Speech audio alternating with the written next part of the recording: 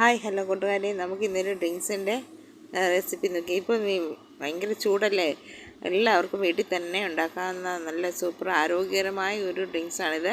ഒരു 4 നെല്ലിക്ക എടുക്കുക, ഒരു കഷ്ണം ഇഞ്ചി, ഒരു പച്ചമുളക്, അതെല്ലാം കൂടി നമുക്ക് ചെറിയതാക്കിയിട്ട് മിക്സിയുടെ ജാറിനോട്ട് ഇട്ട് കൊടുക്കാം.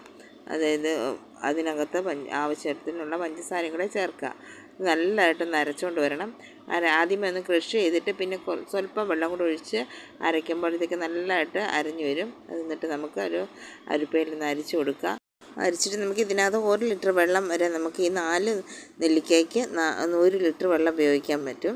അപ്പോൾ ഇതിനെ പിന്നെ പഞ്ചസാര വേണമെന്നുണ്ടെങ്കിൽ നമുക്ക് കൂടുതൽ വേണമെങ്കിൽ ഇച്ചിരി കൂടെ ചേർക്കാം. എന്നിട്ട് നമുക്ക് ഐസ് ക്യൂബും കൂടി ഇട്ട് ഒന്ന് കുടിച്ച് നോക്കാം. ഇത് നിങ്ങൾ വീട്ടിലൊന്ന് തയ്യാറാക്കി നോക്കുക. നല്ല സൂപ്പറാണ്, ആരോഗ്യമുള്ള ഡ്രിങ്ക്സാണ്, അടിപൊളിയാണ്, സൂപ്പർ.